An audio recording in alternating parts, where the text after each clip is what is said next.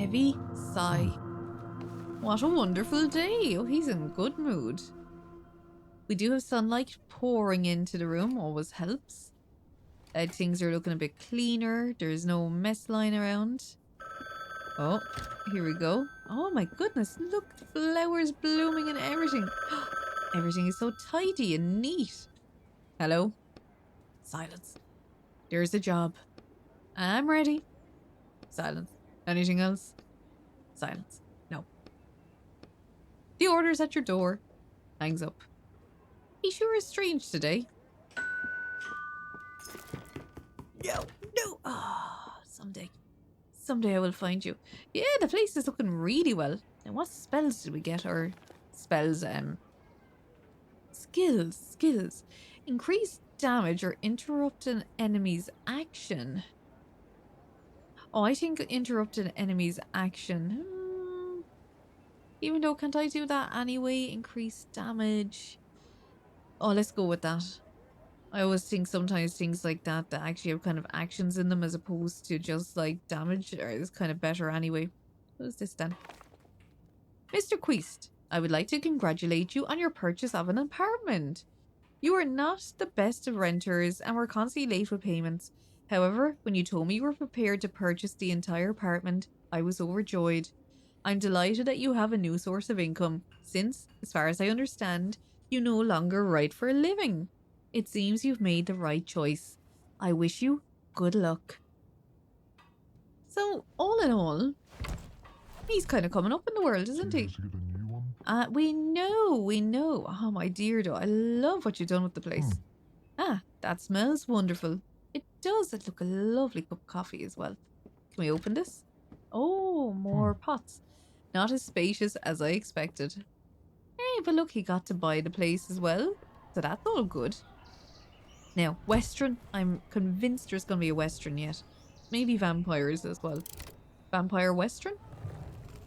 Oh, if I'm right, well, it looks haunted. Let us see. Oh, face scribbled out. That's a good sign. The contractor agrees to infiltrate timeless mansions by Helena Roberti and extract an item, the cursed clock. The client agrees to pay the negotiated sum upon fulfillment of the contract. Okay. Fresh and original as always. Nowadays, there really aren't enough good authors who are this original and can release new books so fast. There we go, and it's called Timeless Mansion. So, I guess as always, we're just gonna jump straight in.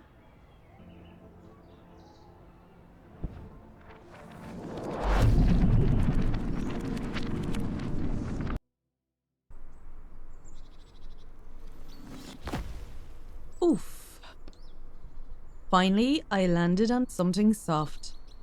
Ahem. Maybe not too soft. Ooh, you examine your souls. So, how did it go? I think successfully.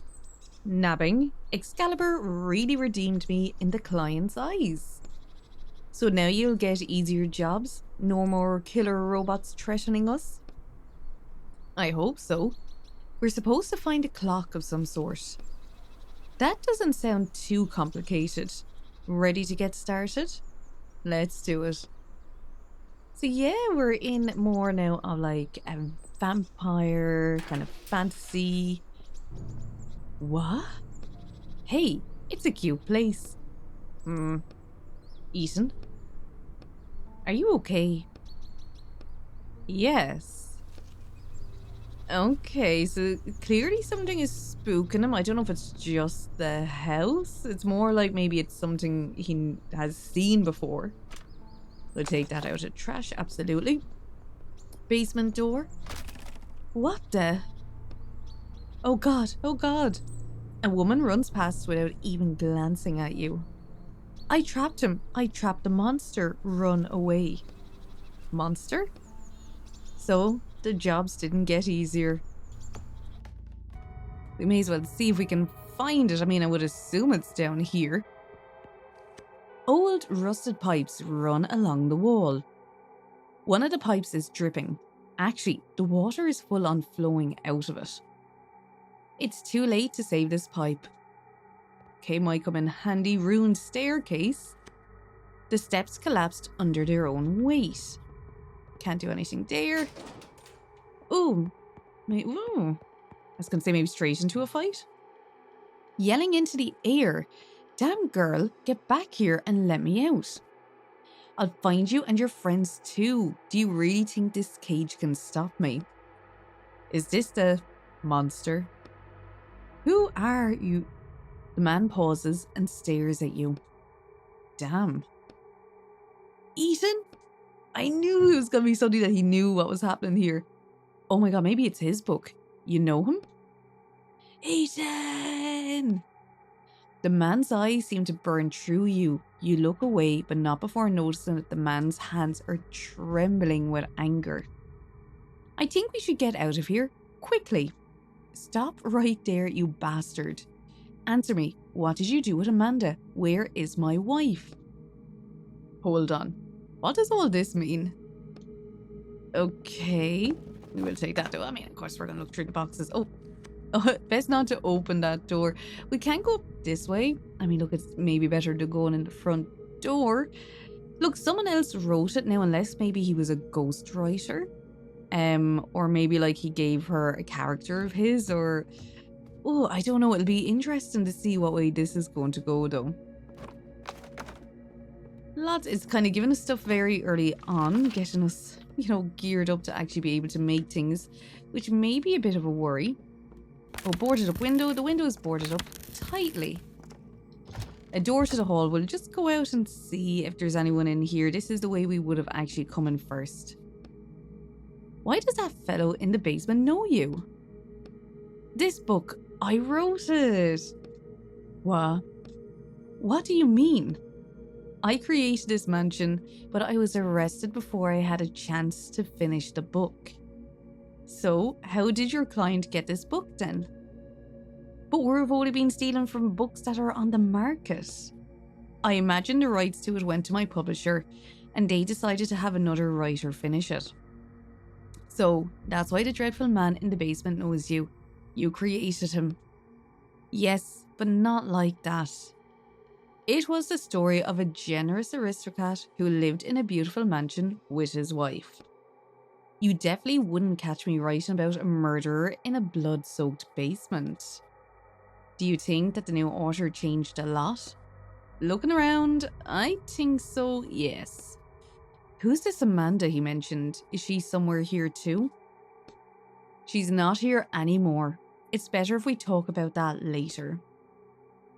This clock wasn't meant to be here either. Let's take a look since it's what we're here for. Oh, well, it's not going to be that easy. You see, an ancient clock, the steel frame around it is covered in small inscriptions, some of which are impossible to make out. There's something written here. The clock's master's lifetime, something something with the time on the clock itself. It's too bad it stopped. I'm guessing we need to bring back a working clock. Ethan. Yes, a working one.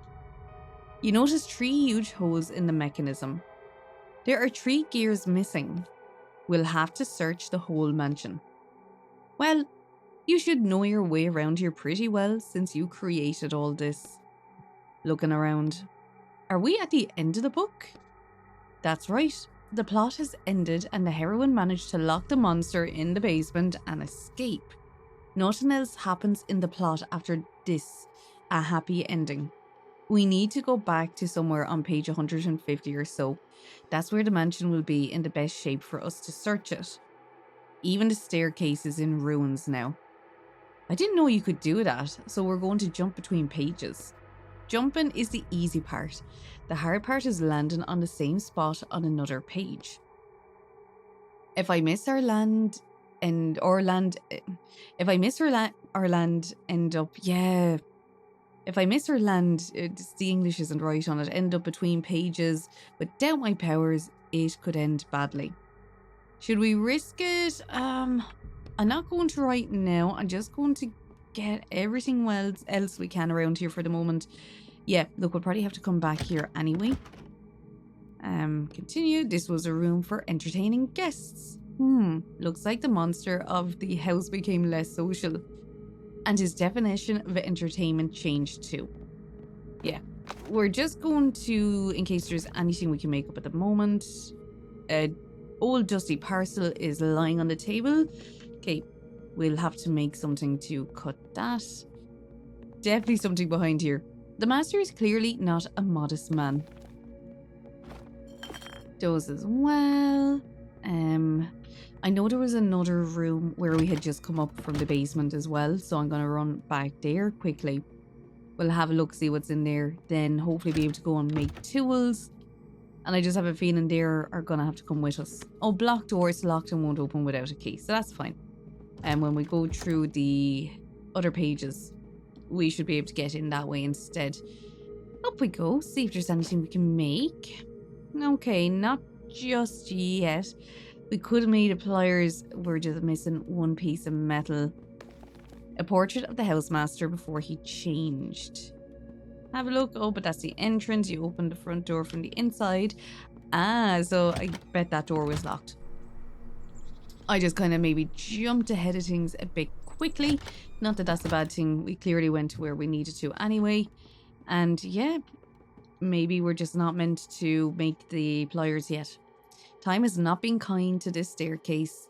We really should check the second floor. That's where the monster had his study. Got it, so the gears we're missing might be there. What do we do? I think the easiest way is to prevent the staircase from collapsing in the first place, since we can move between pages now. You look into the hole and see the outline of the basement room below. That's what we'll do. So let's jump then. Yeah, go to 100 and... Well, is that 1995? Or 1995? We'll find out, I suppose. I think it worked. We're on page 120 now. It's a little more pleasant here, don't you think?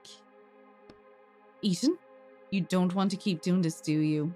No, I don't. I can't just cancel this job. I don't really have a choice. Do you think the client knew this was your book and sent you here on purpose? I don't think he cares either way.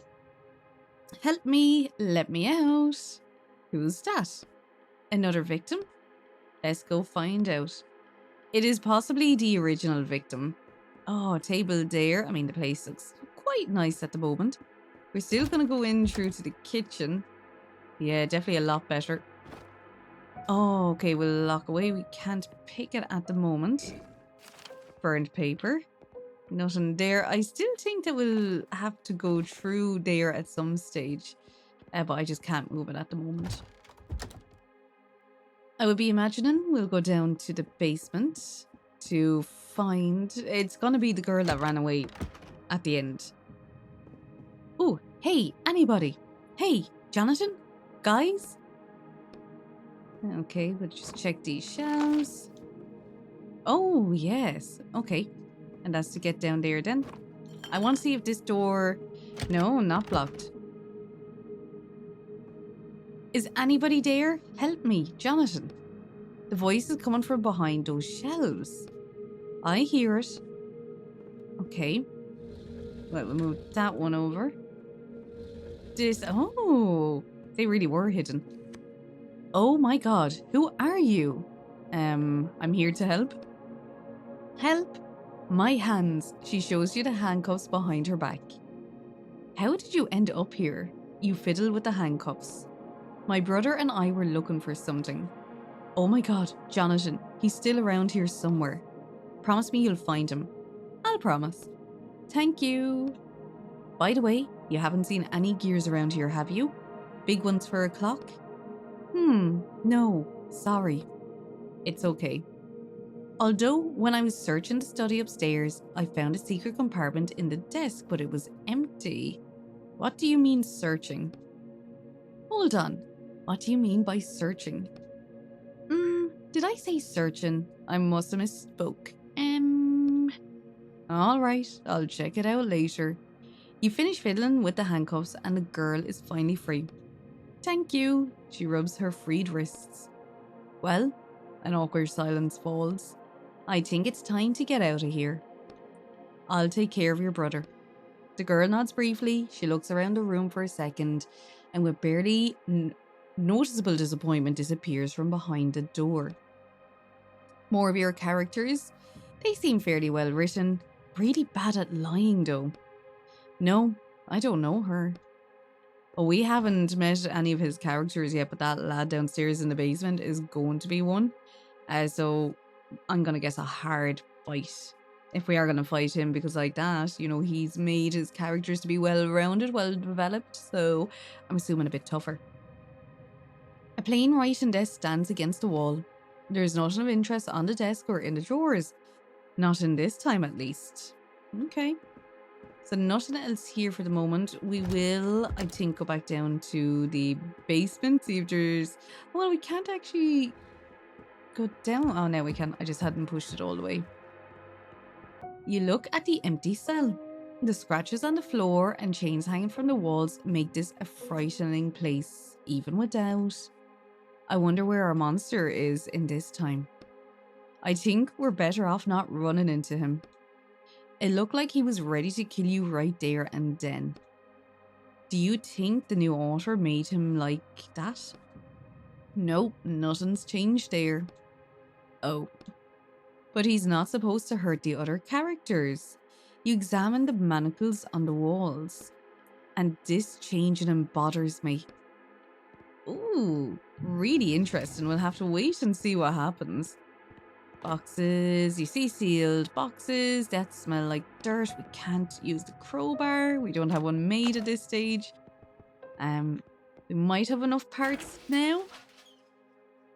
I think we are also trying to actually secure these supports for the stairs. Here's what's ruining the staircase in the future. Looks like there's a water pipe leak. The pipes are indeed leaking badly. The smell of dampness lingers in the air. You examine a small crack in the pipe. You instinctively clench your fist, preparing yourself for the burning pain from your shackles. We just need a little bit. It's not a huge hole. You place a small drop of your ink on the crack in the pipe. The ink slowly takes on the appearance and properties of metal. Come on, faster. You grit your teeth at the pain from your shackles burning you. I think that's it. The crack's gone. Phew. You exhale and pull up your sleeves to look at your hands. Are you alright? Yeah. It's best not to show what you've seen to Roderick. You push your sleeve down, wet with blood, back in place. We should really go and check on the staircase in the future. I hope this works. We will, but we're... Oh, it's locked. The master didn't want to let anyone out. I want to actually try and make something before we go back. And I don't know, should we go up to the second floor? I think I will before we go back anywhere, because the stairs are still intact at this stage. So that's the whole point of it. I'll see. Actually, though, can we get out the front door? No, it's locked. The master didn't want to let anyone out. And up we'll go. Crowbar parts. Actually, we're going to go over to see what we can make at the moment, if anything. Yeah, we're going to craft the crowbar, because I think we can go back down to that room again in the basement. Wasn't there a box in there that we could actually crack open with the crowbar? I think it was a crowbar anyway. And yeah, then we can go up at least. Maybe just another part. Yep. Nothing, not standing on ceremony. You pry open the box with the crowbar. Okay, food. I was kind of hoping it would have been the other part to have made the pliers. So we could have opened the box in the... Well, I was going to say the present day, but look, who actually knows where we are. Whatever the first page we landed on. Yeah, it's weird when he goes to actually go up the stairs, it kind of turns him around. Okay, box. Empty box that smells like tobacco. One of the master's letters, it's an invitation to a ball hosted at his mansion. Nothing there. Study door. This is the mansion's master study. It's so sparse. Apparently whoever rewrote your book didn't know much about creating pleasant settings. I don't think it's all that bad. Oh. Yeah, I mean, look, there is a lot of gears around here, so hopefully none of them will fit the clock. More crowbar parts, which we kind of don't need now. Cabinet. The cabinet is locked. Right, okay, leave right on desk. Search the desk. All documents are scattered across the desk, and the desk only drawer is completely empty. There's nothing here. Let's examine the secret compartment. You notice the bottom of the drawer has a strange edge. You press lightly on the bottom and discover an impressively large secret compartment underneath. This could fit a whole gear. It could if someone had put one in here. Should we check out this desk at another time since it had to be here at some point? I hope so. Okay, definitely going to be a gear there. But we did get another piece of metal and another crowbar part, which I think is definitely a waste, but I'm assuming he's going to overgive things for people who maybe would not have found it. See what I mean? He just does not want to go up there. Hey, we can do the lockpick now. Definitely the next thing, and the pliers then will be our last one to do. And that's to open the box in the kitchen in the present day. Now, where is the lockpick? Was it in here? Possibly not. Yes. With all your experience picking locks, this one opens in just a few seconds. Okay. Well, more stuff for our ink anyway. So now we've kind of searched everywhere here. We've gone into the kitchen, the basement. So we're going to jump. I don't know where we're going to go to. The weighty clock rests on the pedestal. Yeah, let's go to 2000. Hey, look, it worked. This staircase is fixed. Let's go see what's left of the second floor. That's one thing done. Yes, more metal. Yeah, crowbar parts definitely still after crumbling away up here. Oh, and not any of the actual gears really left here, is there? Okay, let's examine the secret compartment. Yeah, press lightly, same thing again. Bingo! One of the gears you're looking for is side. Too bad there's just the one. Let's take it. You put the gear into your pocket. Let's go put it into the clock. And then we'll look for the rest. Also, we have to save that girl's brother, who should be somewhere in the past. So much to do. Well, we are kind of doing a lot better now. Oh no. A man is standing in the hallway holding a strange walkie-talkie and flipping various levers on it. Mariah, come in. Damn it, Mariah. The only sound coming from the walkie-talkie is static. The man taps it angrily as though hitting it will help. Damn, I think you notice the man's police hat. The man suddenly turns around and you see that his face is made of paper. Stop right there. Breathing heavily, measuring you with his eyes. Oh my god, he's one of us. He raises the walkie-talkie to his face. For the record, during a routine patrol, Sergeant Kiko Burritz encountered an unlicensed bookwalker. To hell with you. He noticed that the walkie-talkie is still not working. How can I help you? State your name at the very least and remove your disguise. Say nothing. Why the hell aren't you saying something or saying anything? State your name and I'll note it down. As mitigating circumstances, don't make me use force.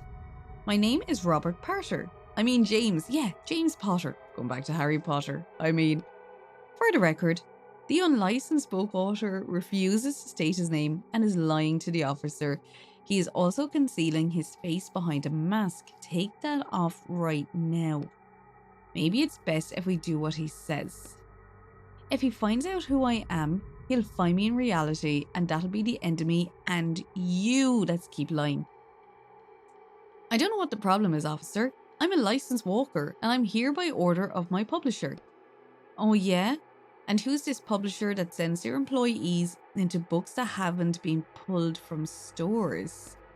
Well, we have a special kind of publisher. The man starts striding towards you, unbuttoning his uniform jacket as he approaches. You raise your fist, prepared to defend yourself. It's too bad Mariah's not here. She really loves beating up thugs like you. For the record, commencing neutralization. So I didn't even realize he was wearing a mask. I thought that's just how he looked when he went in. But this guy must also be wearing then a mask as well. Okay, it's the disabled skill. Oh, he's going to try to disable me. Let us stun anyway. Always good to start with anyway. Looks like he's still going to do it. Will we slash? Yep. Okay, Oh no. Alright, well, that's what that does anyway then. I was like, can he do anything? Then I realised it was the ink was down. Strong hit. Ooh. We'll drain ink again, I suppose. Oh no, I can stun him this time. And drain. He'll do a strong hit again. Ooh. I might just eat just to be safe, and we will... Oh no, I didn't mean to shield. Well, look, I mean, it still helped. Slash and done, yeah. The man looks at you angrily. Damn you. Fine. Mariah will deal with you later, thief. The man instantly disappears as though he was never there, but the bruises on your body say otherwise. Damn, this is really bad. I can imagine. Disobeying the rioters police is one thing, but fighting the police? Attacking a police officer plus stealing from a book that is still under license. It's not 30 years, of course, but you could definitely get 5 to 7. So, not even close to what you were accused of. What in the world did you do, Ethan? Hold on. You also said you hadn't finished a book when they arrested you, which means something happened here in this mansion. And it has something to do with the mansion's master and someone named Amanda.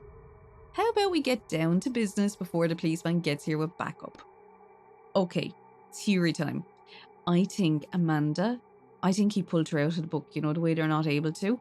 Well, I think he fell in love with her and actually pulled her out of the book, and that woman that he tried to ring when he was drunk is Amanda. And she is now living in the real world. We'll see, that's my theory at the moment, but we'll see if it holds any truth. Now we have to go down anyway and put the gear in and then jump to a different time. So insert the gear, you put the first gear into the clock. You hear the furious cries of the mansion's master coming from the basement. You think that will help you, Ethan? You don't even know what that clock does. How did he know where you were? We need to find the other 2 gears, but let's speed things up a little. I feel really uncomfortable in this place. I thought you'd be glad to be back in your... No, I'm not, and this isn't my book anymore. They twisted and destroyed everything they could here. I wish I could burn this whole book to ashes.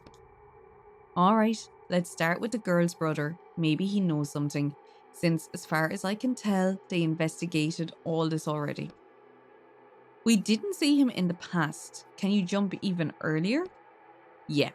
So let's go back. Going to the 1990s. Phew, I guess today is our lucky day. So many jumps and we're still in one piece. Maybe it's because you're so skillful, huh? Stop it. Hey, sorry, I'm just trying to lighten things up a little. Thanks for trying.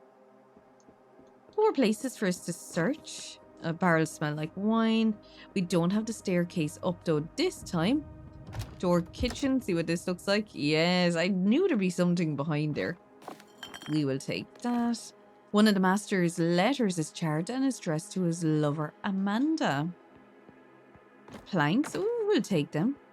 Clearly they're going to help us get somewhere. What's this? This isn't supposed to be a passageway here. I guess the master is building a secret room. The mansion's master wouldn't tear down this wall himself. He's a well-off aristocrat. His servants should be around here somewhere. It's probably their work. I don't see any servants in this time. Looks like the new author took them out of the plot. Do you think they put them in another book?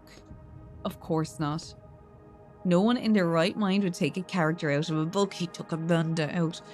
That breaks one of the most serious writers' laws. I'm telling you. They probably just got erased. Whoa.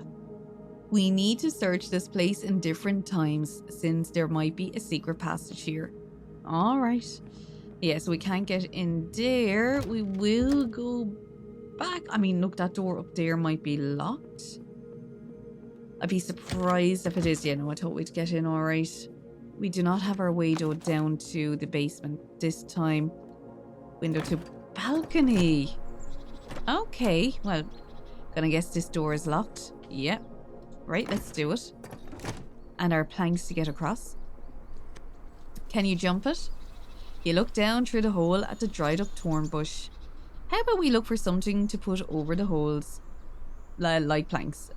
Fix the balcony. Let's see. I hope it holds. It will. You'll be fine. You're only a little thing anyway. Oh, well, you won this time. Now, a plain standard writing desk stands against the wall. We'll examine it again. So if we assume the author's rewriting someone else's book isn't particularly intelligent, then it's obvious you push down on the bottom of the drawer and open a secret compartment underneath. Another false bottom. Your thought process is good, but it's still empty. You feel around inside the drawer just in case, but you don't find anything. Am I missing something? Do I need to check another time again? Maybe we should search the other rooms? We haven't checked them all yet. Okay. I mean, I thought I had. There's a key sticking out of the door. Oh, I think we should take that. It might come in handy in another time. Oh yeah, the present time. You turn the key in the lock to open the door. Then you put the key in your pocket. Right, so we're going to go back to present time because I've definitely actually checked everything here. And now we should be able to get in there. So go to another time and we're going back to 2000. And, oh no. No, oh. Is it no study door? Well, rubble, actually I didn't check that. You see an old chest of drawers under the rubble from the collapsed building. Pry apart the rubble. You use the crowbar to pry apart the heavy pieces of the ceiling and dig out the old, almost intact chest of drawers. Okay, well, extra things anyway. That was good. No, sorry, I forgot it was on the way down to the basement is where the locked door actually was. It's kind of cool now, this jumping back and forth, I will actually say. It's definitely a change to things. Boarded up window, yeah, which we can't go through. Ah, now let's see, a letter. One of the master's letters, it's an invitation to a meeting with him. Writing desk. Let's go. Oh, nothing of interest. There's nothing of interest on the desk or in the drawers, not in this time at least. I'm very surprised. So what's the point of this then? A boarded up window. Yeah, I'm very surprised. I thought we would at least actually have found something here, but we haven't. I mean, is he still in the basement? Oh, he's still going. Yeah. You watch the man hit the door of the cage over and over with his bare hands. Each blow injures his hands, but the wounds quickly heal themselves. He didn't have powers like that before. It's the clock. Remember what the inscription said about how it's connected to its master? While the clock is stopped, nothing can hurt its master. Well, either that or he was born with inhuman regenerative abilities. The man glances briefly at you. Soon, Ethan, this door isn't as sturdy as you might think. Soon we'll have a nice little chat face to face. You'll pay for everything you've done to me. For Amanda. And for abandoning me here. Oh, alright, you're getting really, really not good. See, we can't, I mean, actually what I'll try to do this time, we'll go back to the previous one. And so the 1990s we'll have to try to go out the front door, I think, to get to the basement this time. No, it's locked as well. Okay. And we can't go down that way. Now, he said that we hadn't gone through everywhere. But what I will do, I think we should have enough now to make the last, the pliers. That was the last thing we needed to get. And I will actually extract all the rest of that. So that just says dismantle objects for a total of 1000 ink. The achievement is deconstruction. Yeah, maybe in another time we can go back to and actually check that one out. So that's what I'll do. I'll just jump back to one of the times that we can actually maybe go through that wall and see what happens. I do know in the present time though now as well that we have the pliers. I should be able to open something in here, but same time, I don't think it's going to be anything too exciting. I think it's just going to be, cut the twine. You easy cut through it. Think there's something useful in there? Look inside the parcel. Yeah, I thought it would only be stuff for the ink. Portrait. Examine the painting.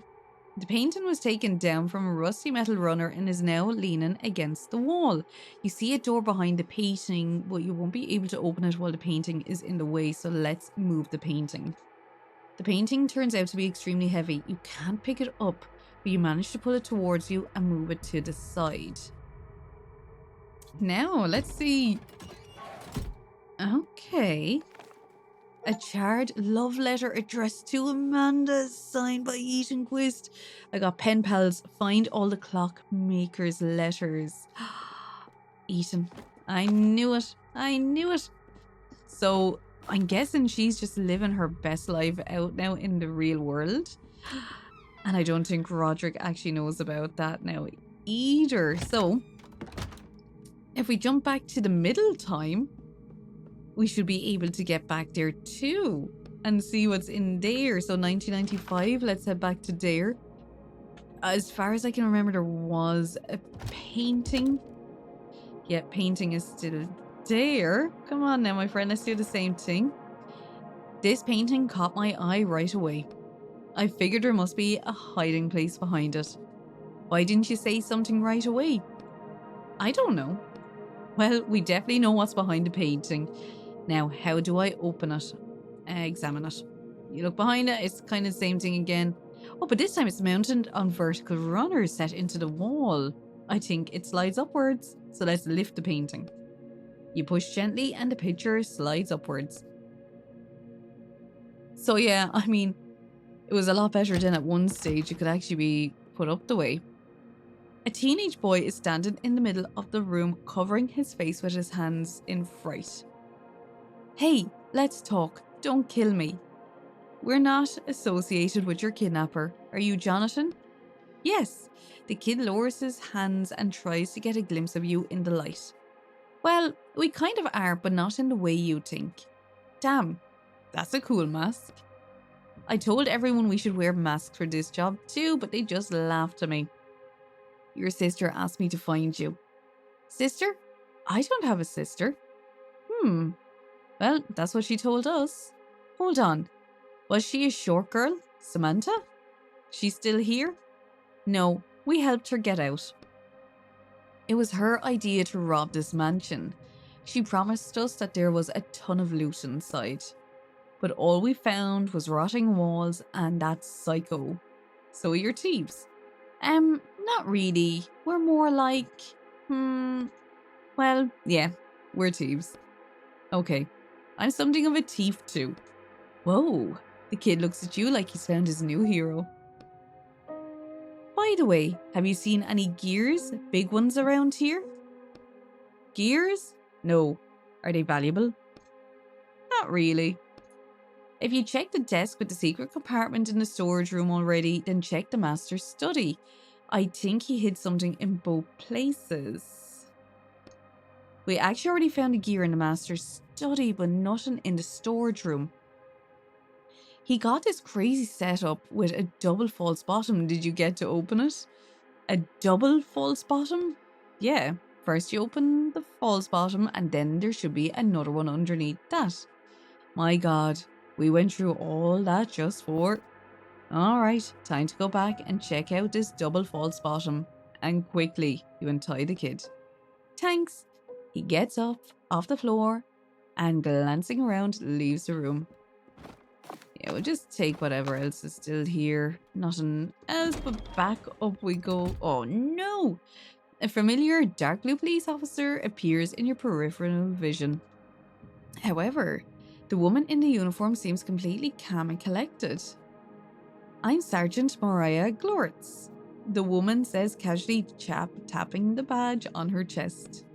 You're under arrest on suspicion of plagiarism and attacking a police officer. She pulls on dark leather gloves. I advise you to stop resisting and come with me. And if I don't, then I'll have no choice but to use force. She balls her hands slightly into fists and grins. Well, in that case, I apologize for making you use force. You roll out your shoulder, limbering up. Gonna fight. So same again. We have the disable skill. I'm just trying to think, like, what do I not care about? Well, can I use it? I think I can. I don't care if she disables that. Oh no! That's the one I need. I actually can't even attack. Look, besides shield, that's all I can do now at this stage. Oh, I can drink the ink as well, actually. Yeah, that probably would make sense. No, let's drain with her first. Okay, she took 2. She's doing 2 at a time. And let's slash. That was strong enough for us. Disable skill. Let's try. I don't have enough ink again. I suppose I can drink it. Will I? Yeah, okay, go on, because I don't think I'm going to have enough to drain her anyway. Yeah, she's only going to disable it anyway, so that is fine. 15 ink, that is 30. We may as well do that. That is the less amount of ink. Mariah is breathing heavily. She's leaning to the side, but manages somehow keep her balance. This isn't over, Thief. The whole police force will come looking for you. Before you can blink, Mariah Gloritz disappears from the book. Are you alright? I've been better. You straighten the crumbled papers on your face. Yeah, so they're all wearing masks, which a bit weird, but I mean, this place is just weird at this stage. I'll see. I don't think though I got an... See, each time I tried to go up, it would not let him do it. Oh, I do have another glass bottle actually, so yeah, nearly enough for 2 of them. So I got craft 20 items, innovator. Back up now and we see, can we find this double false bottom? Should be in here, I believe. Oh, there's nothing else of interest here. Oh, even at the desk. Okay, maybe it's I have to go to a different time, back to maybe the present one. I don't know. It does get a bit confusing, all the jumping back and forth. I do think we'll have to go back to another time though. So yeah, go back and find whichever one has the false bottom in it. So I'm in the 1991. And he just says, remember what the kid said about the double false bottom? I guess the new author is more clever than I thought. I mean, to come up with a double false bottom really takes a higher level of thinking. You open the second false bottom of the drawer and take another gear out of the compartment. One less gear to find. Time to go back to the clock? It is. So we're going to put that one in. Every time now I leave a room, I'm like, oh my god, is there going to be another police officer there? Because we're kind of running out of health. In a way. So insert it. We should go to the latest time we can. Oh, we had to put it in. What if something happens to the clock over the course of the years? We're going to go then back to 2000. Okay, still no police officers. Very good. And now we can insert it. You put the second gear into the clock. Now we just need to find a third one. And the clock should start working again. Ethan? You asked about Amanda. The wife of the maniac in the basement. But there's something I was able to figure out using my powers of deduction. So you created Amanda and her husband, and the cute little story of their cozy backwoods mansion. And then you and Amanda started to get, well, close. What gives you that idea? Back when we were in the car, you told me you always try to make your characters realistic and well developed. And my guess is that Amanda turned out exactly that way. Your powers of deduction, or whatever you say, are pretty good. But then you took Amanda somewhere. And that's the part I don't understand yet. Where could you have taken her? There's no trace of her in the book. Sighs. Wait, you didn't. You took her out of the book? I get it. The things you do for love. But, Ethan, you do realise you're not just messing with writer's law, but with some serious laws. Human laws. I'm paying the price for that now. You raise your shackled wrists. In any case, we both knew what we were up against and what would happen to us. So, that's what they arrested you for? 30 years for what you did? Broke one of the most serious writer's laws, extracted a character who then turned into a real living human. Where's Amanda now? Do you live with her? Sighs. In the end, we broke up. Despite everything you went through? Indeed. So getting back your ability to write is probably the one thing in my life that I can at least try to fix. Smiles weakly. So that's why you agreed to take on these jobs. Bam. Oh no. I think you made it out anyway. Lose something, Ethan? The mansion's master is holding the final gear. Damn it. So, where's Amanda? The man is trying incredibly hard to stay calm, his head slightly tilted to the right. Where is my wife? The man pauses for a second, tilting his head to the left. I can't be forgetting her. I can't. He starts rubbing his temples furiously. We don't have to bring up Amanda, just let me try and help you. Let me try and rewrite you the way you were before. Are you sure? What about your shackles? Damn, you're right. The man continues to rub his temples, his eyes unfocused. I remember her with you, and now I can't find her anywhere. He looks at you, his head slowly tilting to the right again. At the same time, his minor attack of confusion passes, and his anger rises up in its place. Bring her back. I can't. You stole Amanda from me and left me here alone. Then someone else came. He did something to me. I didn't want to kill anyone. This is a different part. His head tilts to the left again. You notice his clothes are stained with fresh blood. Wait, why do you have... That girl, did he get to her? Gritting his teeth, clenching his teeth. Damn tugs. I'll never forgive them for what they did to you. You're supposed to be... Bang. The blow hits you in the chest. Oof. Ethan? The man tucks the gear away inside his shirt. Then he starts crackling his knuckles. Let me try. Maybe I can rewrite at least something in you. Oh, don't worry. Now he loosens his shoulders. I don't need help. I certainly enjoy my newfound powers. He clenches his fist tightly. Oh. So, I'm maybe guessing. Did he kill one of the police officers, maybe? Oh, okay, so the stun kind of doesn't do a whole lot to him, really, does it? Okay.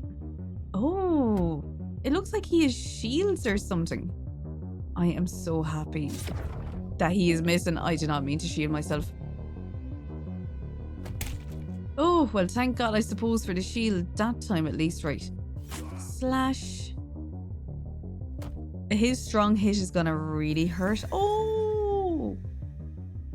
Don't like that now. Right, we're gonna drink and we are gonna slash again. Oh. 2 for a strong hit is quite a lot. No, look, we should be fine. Hopefully. If he lands 2, though, Heal self again. Only 2 this time. I probably should have healed myself twice the last time. Oh, thank God. Right, we only have 1 health left. Let's do it. Hope for the best. Is that all you got, you bastard? The man's injuries start healing before your very eyes. At the same time, you hear the gears in the clock making a clanking sound. It's as though they're trying to start working, but can't because the last gear is missing. What the? Remember what I said about the inscription on the clock and how it's connected to its master? I figured that out. While the clock is stopped, nothing can hurt its master. You spot the last gear lying on the floor between you and the reanimated monster. It seems to have fallen out of his shirt while you were fighting. You raise your eyes to the man and he looks back at you with a venomous smirk. Just try. You charge forward, but the instant your hand touches the gear, the man grabs you and you soon find yourself in a tight chokehold. No luck. Whispering with effort. Headbutting I don't think it's going to do, but dropping down might help. You drop sharply out of his grip and grab the gear from the floor. Damn it. In an instant, you're standing by the clock. Put it in quickly. Put the gear in without looking. Oh, examine the clock first. You look down and aim the gear carefully, and then you hear the sound of a fist flying towards you. At the very last second, you settle the gear into the clock and it immediately starts ticking. No! The man grabs at empty air in a final attempt to stop you. Etienne! He grabs his head as a shudder passes through his body. He begins to age rapidly, and the injuries from his previous fight, not only the one against you, start reappearing all over him. No! He swings his arms helplessly, then starts dissolving into dust. You watched it all happen silently until there's nothing left of the monster except a pile of ashes. My God. But now what? Nothing. You walk up to the character's ashes, digging around until you find a small crumbled piece of paper. You quickly rip it into 2. I've had enough. You pick up the clock and get ready to jump out of the book. We can talk about all this eating if you want to talk. Leave the book. Oh my God, and that's number 5, I think, isn't it? 1 left to go. And in goes the clock. Oh, faces on it and everything. It's actually kind of cool looking.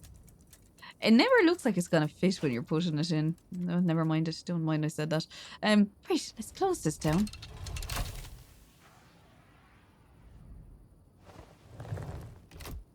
And there we go. So another one done and dusted. And yeah, so that was a banda. Oh, now, right? Everything's been going so well for him. The next thing is the police. Will they have figured out what he done? That's what we're going to have to wait for now and actually see. And I have a feeling they're going to know it was him. We'll find out though. Did you get the item? Dot, dot, dot, dot. Oh yeah, shove it. He's well pissed off at this stage. Go on, throw it down. Will he get paid? He hasn't gotten paid in a while now. No, maybe not. Just another angry shove through the door as well. Okay. Back closed again. No one in there by the looks of it. Oh. Something's happening. He's trying to go up the stairs and we're actually getting a cutscene size. What's going on here?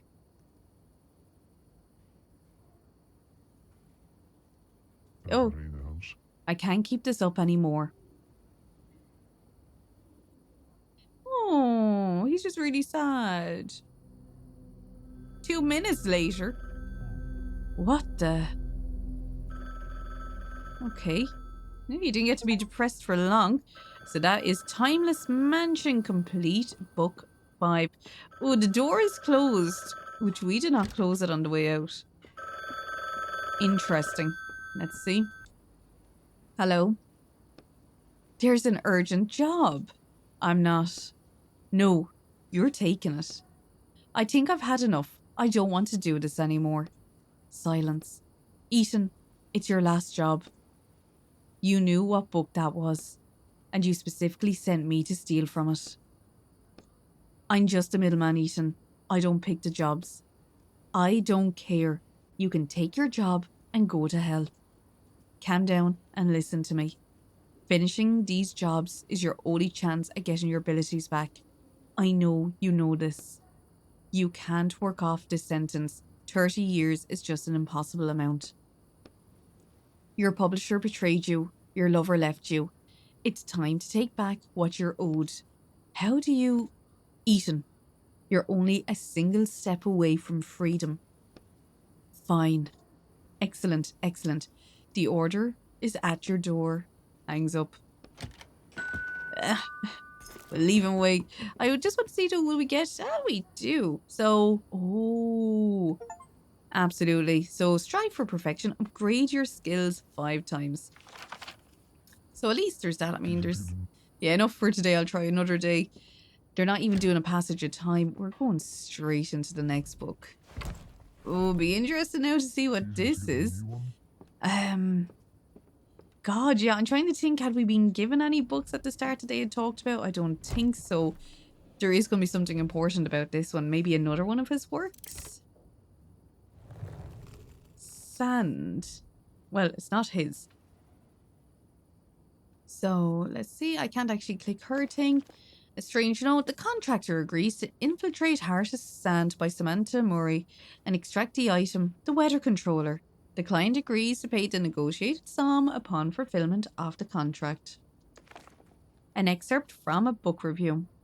And so I was expecting a significant emphasis on classism, on the difference between the lives of people in the upper district and the train-dwelling nomads. However, in writing the upper district as a sort of retirement home rather than an upper-class sector, the author avoids these themes, and which I found immensely disappointing. Okay, very interesting. Now maybe we're on a train though, so it could be very interesting. I kind of like that vibe. Let's jump in and see the Heart of Sand.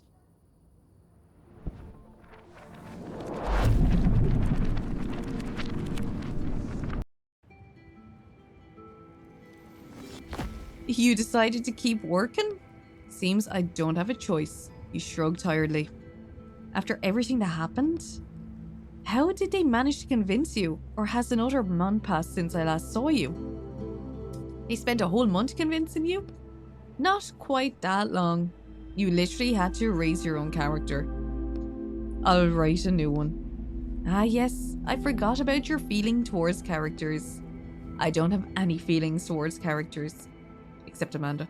Just because Amanda left you doesn't mean that all characters are now bad. She has nothing to do with it. I really thought about giving it all up. But the client is right. I need to finish my last job. Even if what we're doing makes me feel sick. If they get rid of my shackles, I can write my own book. Putting this all behind me. Looking at the floor. Just help me one last time. One last time. What are we looking for? A weather controller? A device that can control the weather? Seems so. It would certainly come in handy here. You look around. The air feels like it's at least 100 degrees, if not 120. Okay, let's go. Okay. I wonder if Roderick is it though. We still have something with Roderick. Pete Jenkins. A small light is blinking on the radio panel next to a worn out accept call button. Let's push it. You hear static over the radio. Lindef Jr. speaking. I'm taking over for the senior meteorologist too soon, unfortunately. The voice belongs to a young man, but sounds confident, as though he's been given commands over the radio his whole life. Is anyone between lines 10 and 40? Is that us? Is that us? Ask Roderick. Who knows? Well, let's ask the radio. I think we're in range, maybe. You're breaking up. What's your number? 26. 26 was destroyed by a firestorm last year. Are you sure that's the right number? 17. Rustling papers. Are you sure? 17 is here right now at the station in town. You notice a steel plate with the number 42 on it next to the speaker. Okay, got it. Pete Jenkins, correct? I think Pete's, I don't think Pete will be making radio contact anytime soon. Is his body nearby? There's a skeleton in the chair. Writing something down. Thanks, I've noted that in the log. Must have been the dry storm last week that got him. He sighs faintly. What kind of storm did you say? Congratulations, you're the new operator of 42. So I'm obliged to inform you that there is a death storm forecast between lines 10 and 40, so you should head towards town. You can take shelter here. A death storm? You may not be able to see it from your position yet, but it shows up on my instruments already. And what will happen if we get caught in it? Are you not from around here? Are there no storms in your zone? You could say that. I'm not from around here. Writing something down. In a dry voice, if you're caught in a death storm, you'll die. What other kinds of storms are there? Death storms are quite rare in your area. You're more likely to see a fear storm or a madness storm there. Great. But there are joy storms too, although they most often happen in town. Alright, I'll try and get the train moving. Good luck. There's a long list of names scratched into the wall, and each one in different handwriting. A sharp nail hangs on a chain nearby. Looks like this is a list of the train's previous operators. There's dozens here. Is this some kind of cursed train?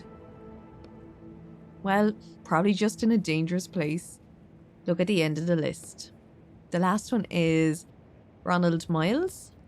What about our dearly departed Pete Jenkins? He probably didn't even have time to add his name. Add the dead train operator's name. The poor guy deserves this at least. Well, probably. We didn't know him after all. You take the nail from the chain and scratch Pete Jenkins' name onto the wall. Not bad. What about yours? You're the operator now. Do you want people to forget about you too? You're right, I should add it. Oh, no, that was silly. I just realised what I'm after doing. You scratch your name into the wall at the end of the list, then put the nail back. Nice job. Can't put half the effort into other names though. Had to make your own name the best. Yeah, you ripe a few metal shavings off the inscription. That was really silly on my part. Because now there's proof that we were actually in here when we shouldn't have been. Hopefully it won't come back to bite us in the arse, but we will see. Okay, so, oh yeah, just more stuff to us to collect. I think these are the operator's possessions. We don't have anything to make yet. And a wooden crate, the kind that's easy to open with an ordinary crowbar, which we do not have. So let's go outside, we'll have a look, see what's going on. Oh, kind of in the middle of nowhere, aren't we? What are these? Oh, we can move them. Let's figure out what's wrong with the train first. Oh yeah, that's because I was trying to kind of go out the way. Where are you going? Yeah, he's gonna just keep doing the same thing. Whereas all I'm trying to do is actually see what's in here. Okay, so we'll take them up to the front of the train, maybe. Oil tank. Oh no. What do you see? There's an oil bug inside. It ate everything. Something skitters around inside the tank. Ooh, can we just skip the bugs? Is there no way we can get to town without the train? What? Are you afraid of the bugs? Hey, get out of that tank. Knock harder? Let's knock harder. Suddenly, an oil-eating bug jumps out of the tank. Grab the bug. The bug's 3 sets of legs scrabble at your hands. It's clearly displeased. Ooh, drop it. I might need it. You put the bug in your most secure pocket of your jacket. You doubt you'll actually need it, but you enjoy Roderick's reaction. The tank is empty of both oil and bugs, so let's add the oil. The tank is small and the canister fills it almost to the brim. It's definitely enough to get you to town. Well, that's good at least. Back in, and now we're going to play train. Ooh, let's examine the old photo. It's a photo of a woman with her blonde hair in a ponytail. It could be the former operator's daughter or maybe his wife. All right, let's start the train. I think it's running. Oh yeah, by the looks of it, it is anyway. As always, he doesn't actually have to do anything, does he? Oh, we're getting another call. The death storm is approaching. Hurry! Anyone out past 10 miles? Train 42, what's the problem? You're barely moving. He's right, we got the train started, but it's barely moving. We'll figure it out. Okay, fuel panel. You're looking at the fuel panel. All indicators seem normal, except one. Cylinder 3's pressure. Open the top of the panel. There's a greasy note on the other side. Whoever gets this train next, I hope it's not you, Pete, you moron. Ugh. The pressure in cylinder 3 has some stability issues. Sorry about that. Actually, no, I'm not going to apologise. By the time you're reading this, I won't care anymore. Deal with it yourself. Just kidding. Try hitting the panel. That usually works for me. Good luck with the train. Well, you should definitely be able to do that. Hit it lightly with measured force. Oh, measured force. Something inside clangs. Something cracks. The train starts slowly picking up speed. Well, that wasn't so hard. Yeah, measured definitely. Okay, wow, that's very fast. You pick up the radio. Great work, 42. I can see you're picking up speed. The weather has been all sorts of crazy lately, even here in town. Yesterday, a sorrow storm almost slammed us, and we haven't had one of those in 100 years. Do the storms usually miss the town? Of course, only the joy storms make it here. The rest usually pass us by. Like someone's controlling them, right? You can almost feel Roderick winking at you. What could affect the weather like that? I don't know. This all started after our senior meteorologist died. Come on, ask him about the weather controller already. It's obviously in town. Hey, have you ever heard of a weather controller? A what? It's a device that controls the weather. Silence. Ha ha ha ha ha. Is this a joke? Ha ha ha. I don't think he knows anything. Yeah, I guess the senior meteorologist had the controller and everything started getting messy after he died. We should ask around about him in town. Ha ha ha, if only we had something like that. My god, he keeps laughing. We'd certainly be well off. Alright, I'll see you pulling in now. Good luck in town. Until next time, jokester.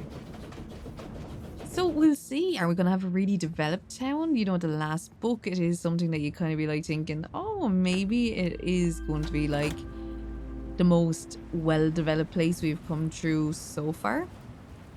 We do have at the back of this one as well is, you know, one of the tables for actually making tools and stuff. So I don't know if the train is going to be somewhere that we'll actually spend a bit of time in. A guard is trying, unsuccessfully, to open the door of the train. He notices you. Hi there. He glances briefly at your face, but apparently decides not to ask about it. This guy here is causing a little traffic jam at the gate. Poor man got caught in a fear storm on his way here.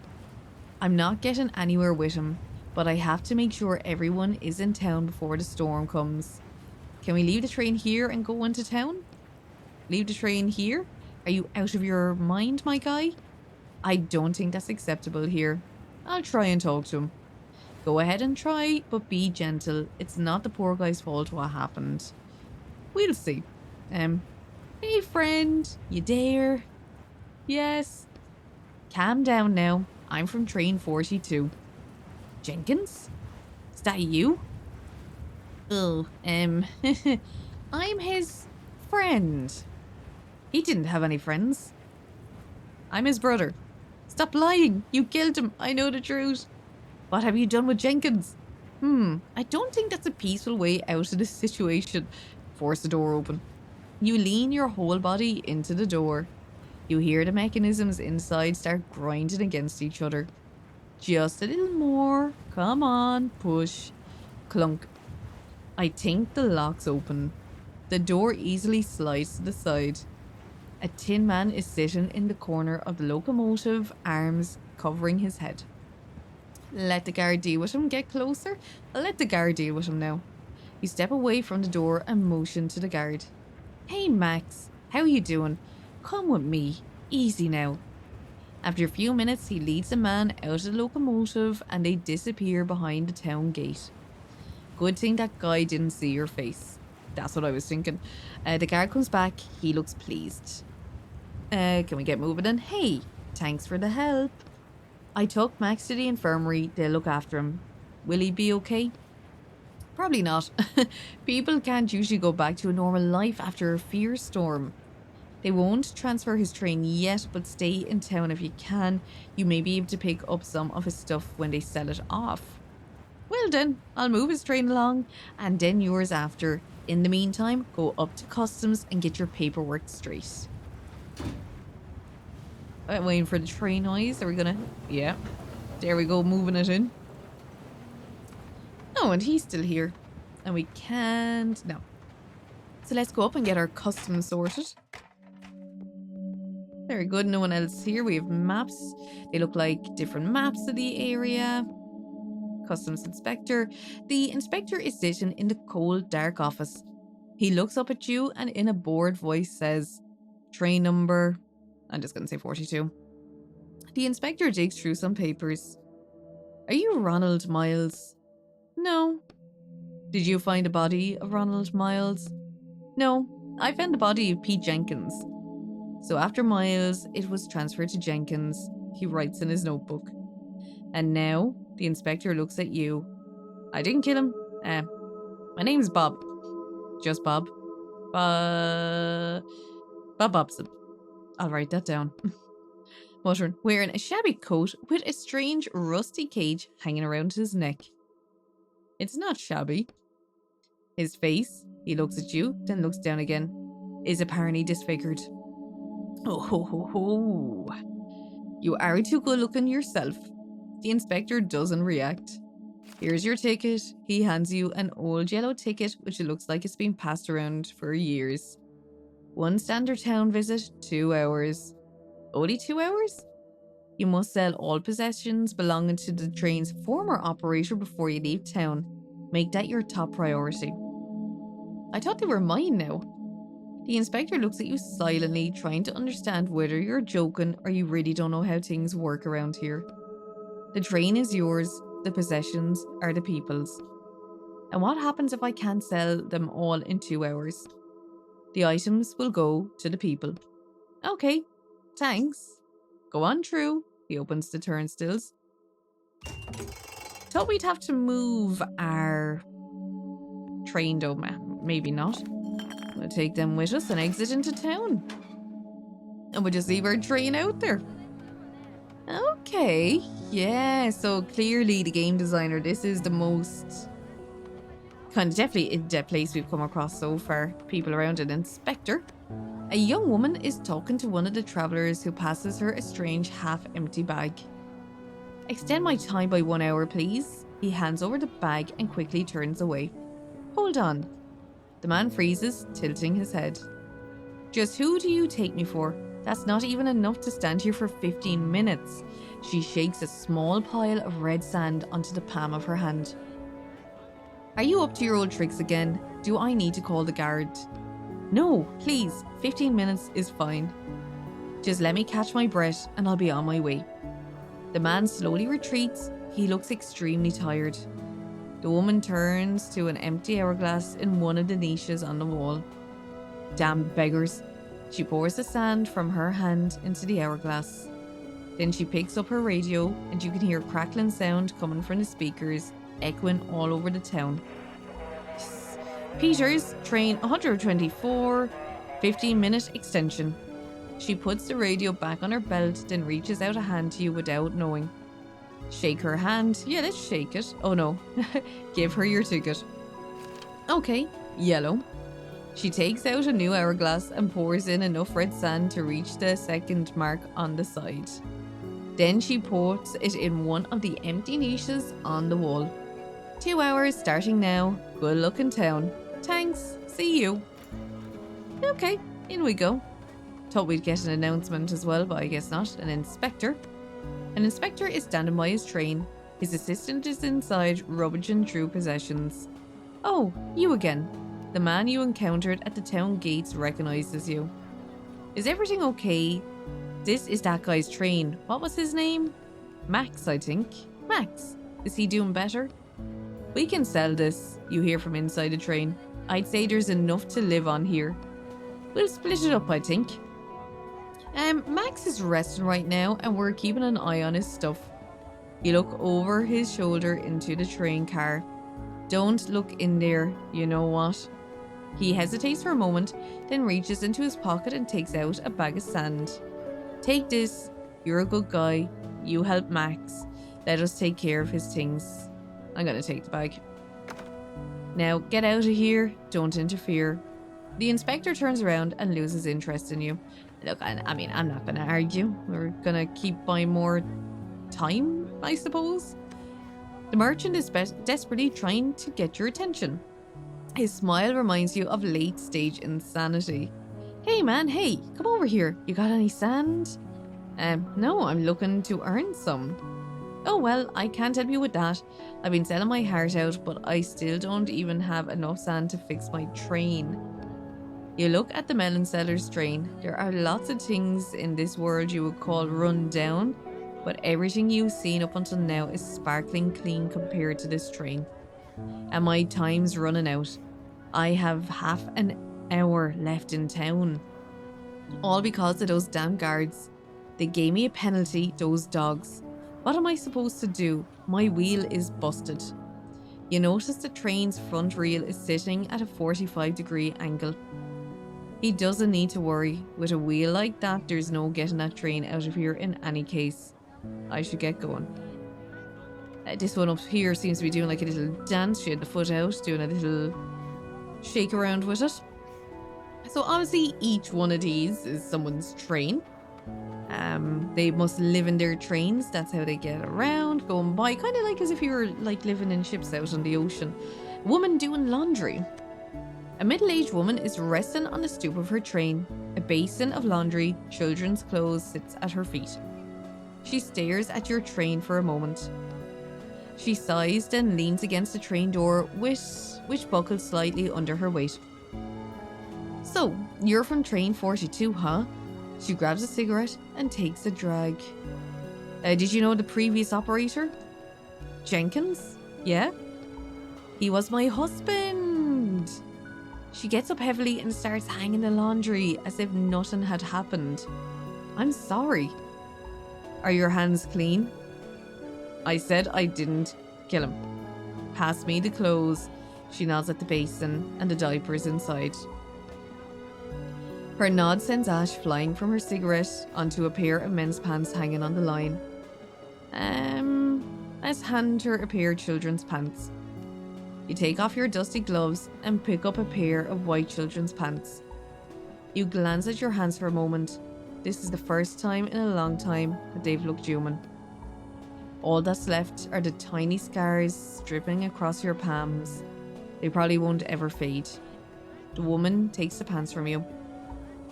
Hand her a sheet from the basin.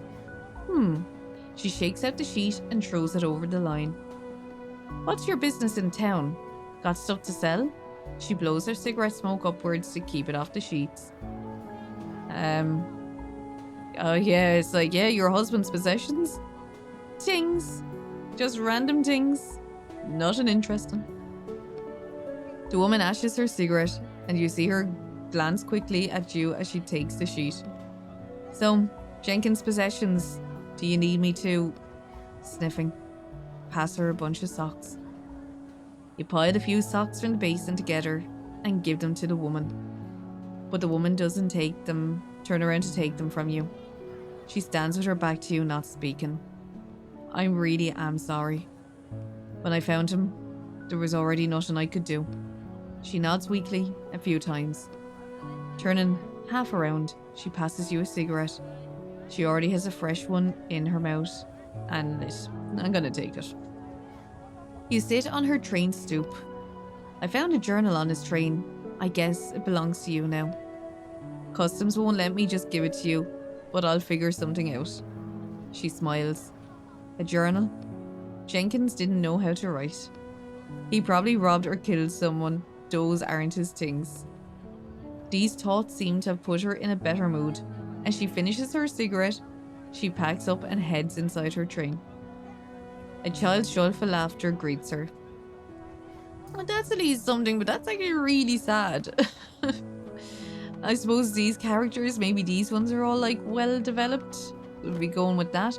Ooh, a small but very sturdy chain is holding it. Okay, we have not found enough things yet to actually, actually break into any of these things or make the tools. There's something real like Final Fantasy about this, but like Final Fantasy 7 or 8, like the actual PlayStation ones. Like the music, the vibes, the town, everything. It's really cool. Hey, are you a digger? A what? A digger. My hearing is fine. I'm asking you what that means. The man looks at you without blinking for 10 seconds or so. You're attracting suspicion again with your unnecessary questions. I'm not a local. I'm not from here, you gesture at the town. The man continues to look at you without blinking. This is the only town on our continent, possibly on the whole damn planet.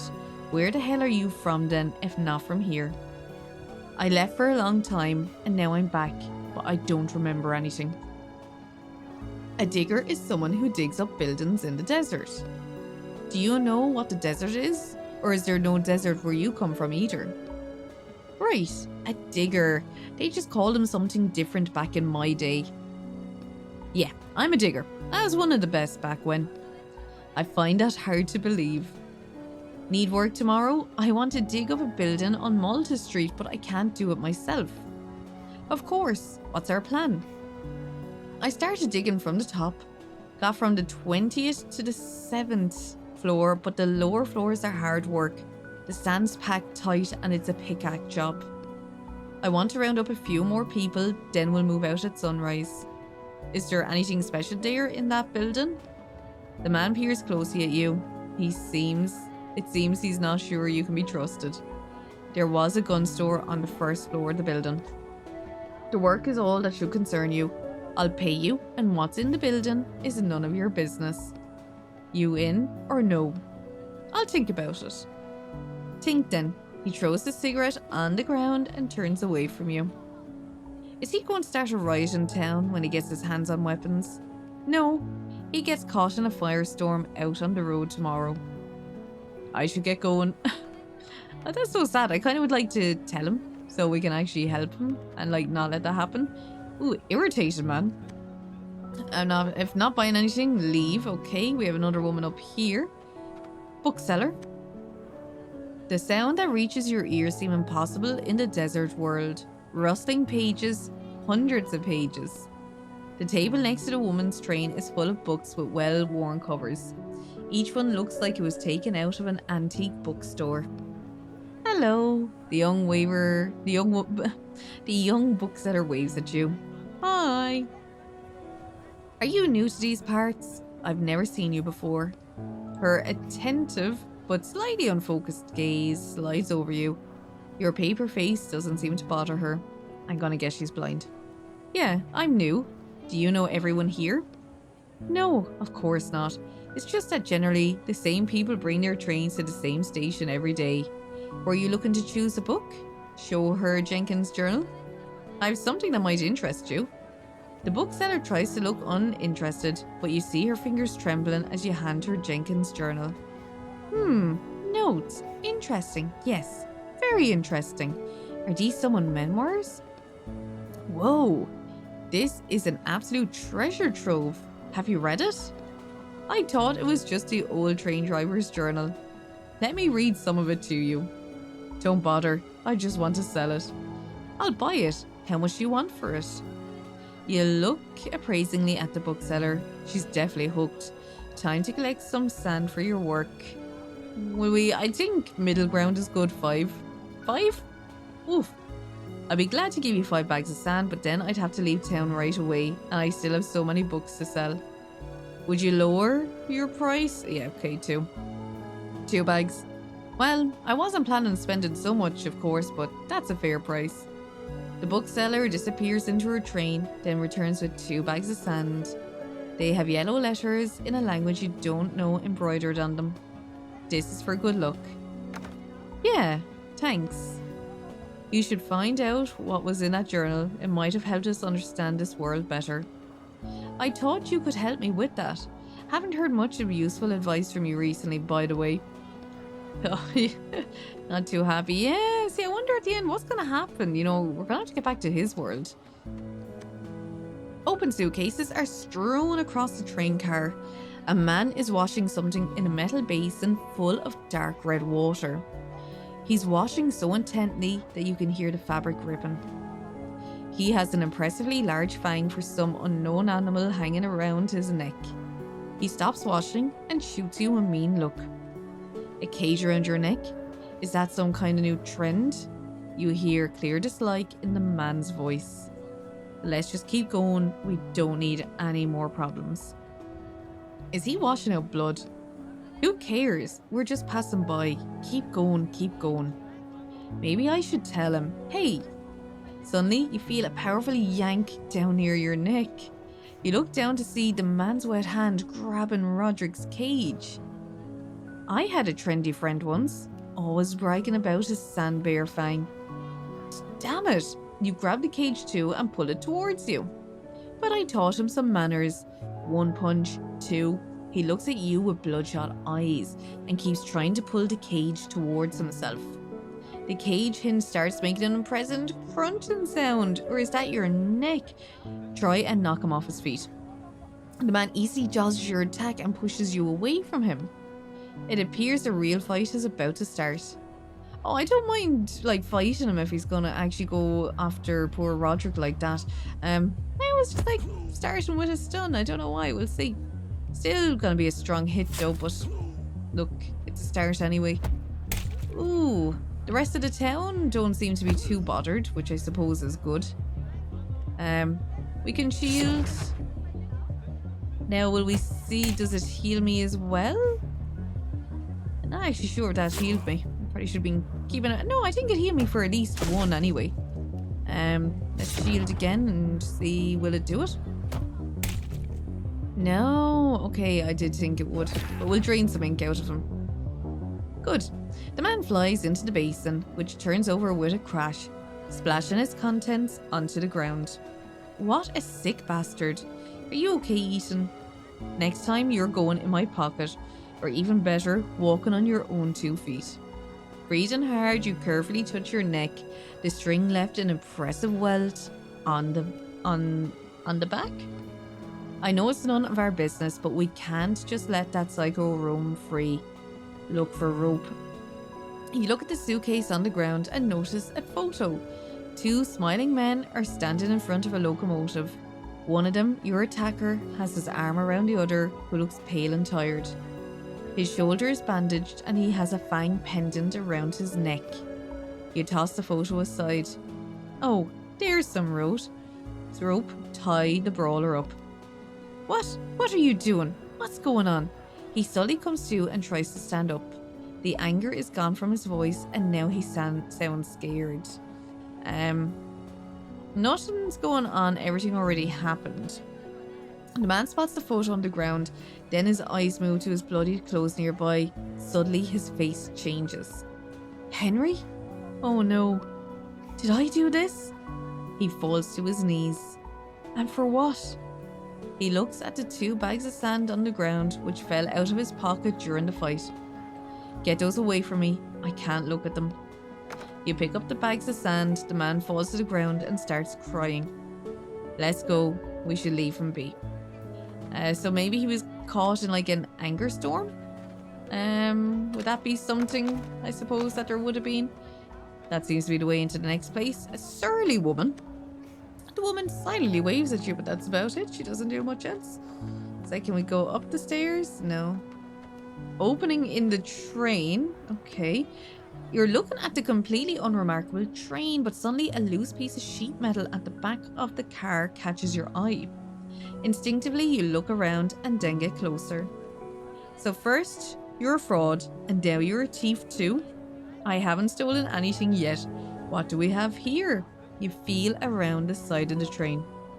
You're standing right by the gap between the train and the loose sheet metal. The darkness inside is calling you. Oh, we're putting our hand in. There's just enough space for you to fit your arm in up to your elbow. Your fingers slide over the well-oiled innards of the train. Something brushes against your thumb. Dodge the oddity, it's definitely not going to bite us. Like a blind man, you feel around the small space inside the train until you feel the contact again and again and again. You finally manage to grab something elongated and hard. It feels like part of a pipe.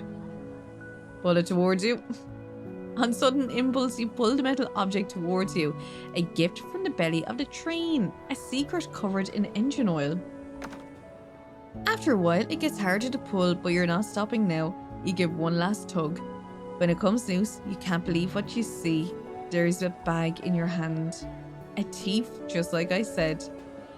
Put it back or take the... I'm gonna put it back. You release your grip and the bag of sand disappears into the darkness, along with some of your hope for getting into the upper district quickly. A scowling, unshaven face appears on the train steps. You seem to have scared him, but he's trying to hide that fact. What are you digging around in there for? Who are you? Your siding is coming off. You point at the gap in the metal. I already know that, wise guy. I'll fix it as soon as I have time. You wait for the train's operator to go back inside, but he stays on the top step, leaning against the doorway. You make yourself scarce before the silence can get awkward. I actually felt bad because I thought I was going to be stealing from that old lady and I didn't want to do it. Finally, the man's sleeve bears the symbol CS next to an hourglass symbol. And you are? You keep looking at the letter CS, trying to think of what it might stand for. Customs service. From the customs service, I just finished going over your stuff in here. You need to sell everything that belongs to Jenkins before your time in town is up. Anything you don't sell will be confiscated when you leave. Yeah, they warned me already. And that, he points at Roderick's cage, that's mine. Can I see the tag? He leans closer. Why would I put a tag on my own things? An item with no tag belongs to no one. If it belongs to no one, then it's not yours either. Sell it. He writes something in his notebook. What the hell? I'm not selling my friend. He reaches for a radio on his belt, then looks at you questioningly.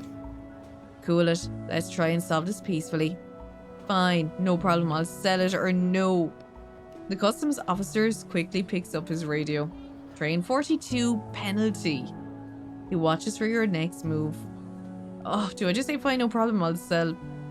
He nods and takes his hand off the radio. The custom officer tosses a folded up trading tent at your feet. Have you done this before? No. Unfolding the tent signals that you're selling goods. People will come and buy from you and make what profit you can. Hand in half the sand at the entrance. He points at the woman checking tickets. Do what you want with the rest. Good luck. He walks away. I don't know what we're going to do, but I don't want Roderick to be gone. Okay, so we're now setting up shop. The trading tent is ready. Time to sell off Jenkins' junk. Yeah, let's start. You brush sand off the tent and notice passers-by starting looking over more frequently. What do we have to sell? Everything left in the bag. Some weird gas cylinder. You dig through Jenkins' bag. Empty. You sigh. Just put them on the counter anyway. You keep rooting around in the bag. Some rags and a cup. I doubt I'll even get one bag of sand for this stuff. Oh, something else. Some kind of a map. Hey, I bet we can do something with that. You notice a customer approaching. Listen carefully and remember this. The man is quite clean cut, possibly from the upper district.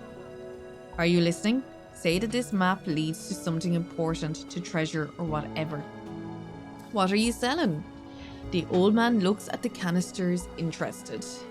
Say anything, just push the map. I have something special. Some might even call it a real treasure.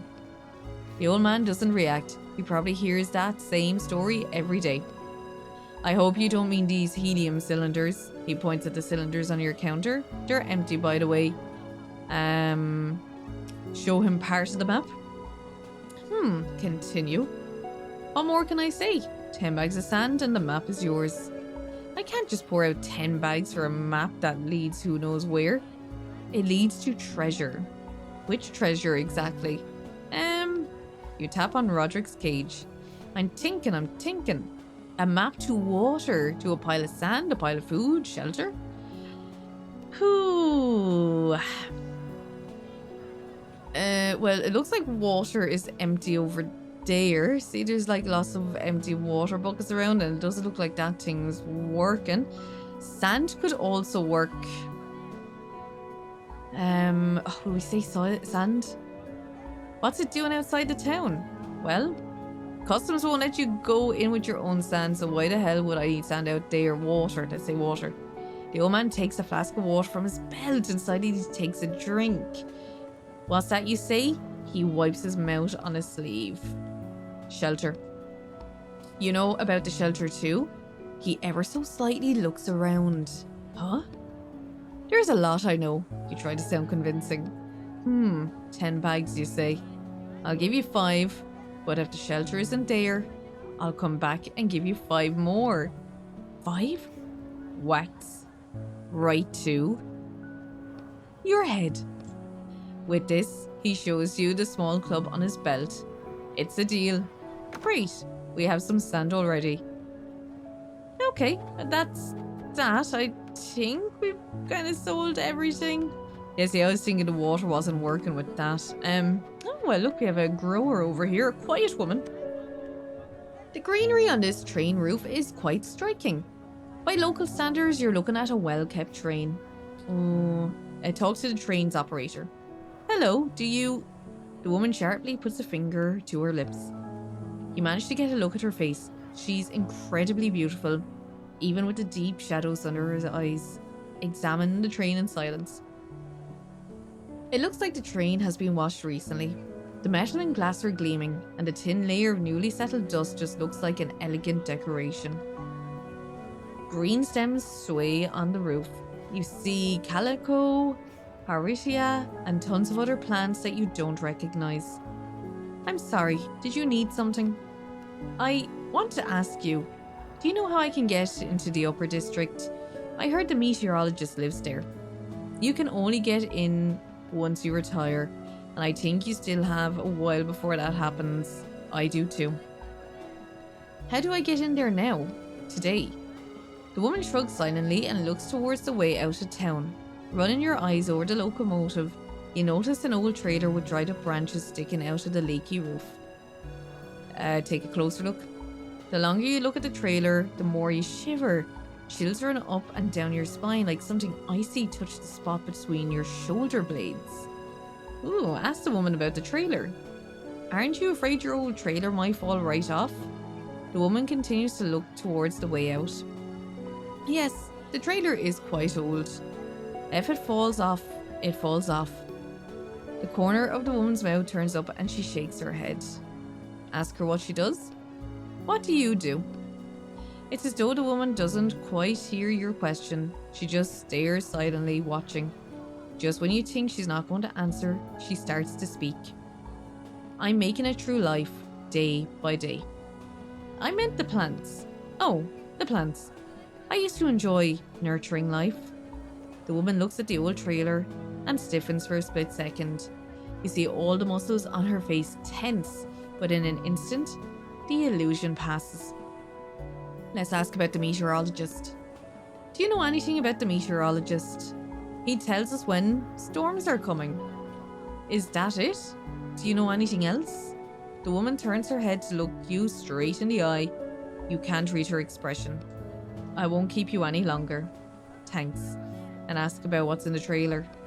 What's inside? Things. Old things. Ancient things. Toys. Why are you carrying them around though? I thought it would be better to travel light in the desert. I don't know. I'd rather keep them with me. The woman frowns but doesn't tell you to leave. We will leave though now.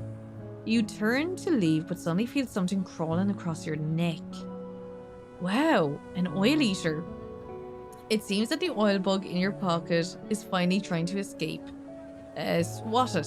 Flick it off. Will we flick it off? You put your hand over your neck. Stop. Huh? Leave it with me. Okay. She walks over and opens the door of her train, picks something up, then returns to you.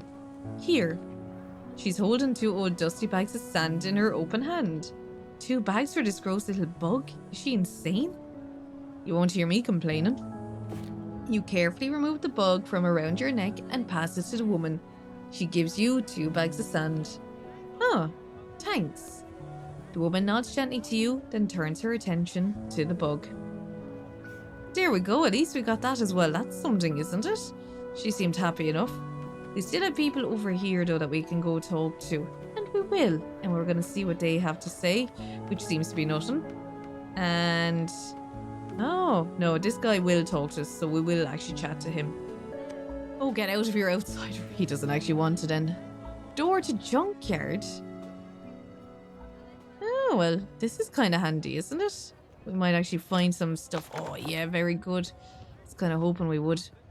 Definitely going to be a way in there to go somewhere. Or back out again. Salvage worker? You see a tall woman digging around in a pile of scrap metal. She picks up something that looks like an old computer case, then rakes out the microchips and wires as if they were parasites on ripe pieces of fruit. She tosses the cleaned out computer into a pile at your feet. Did you want something? Then she picks up a new one, not paying any particular attention to you.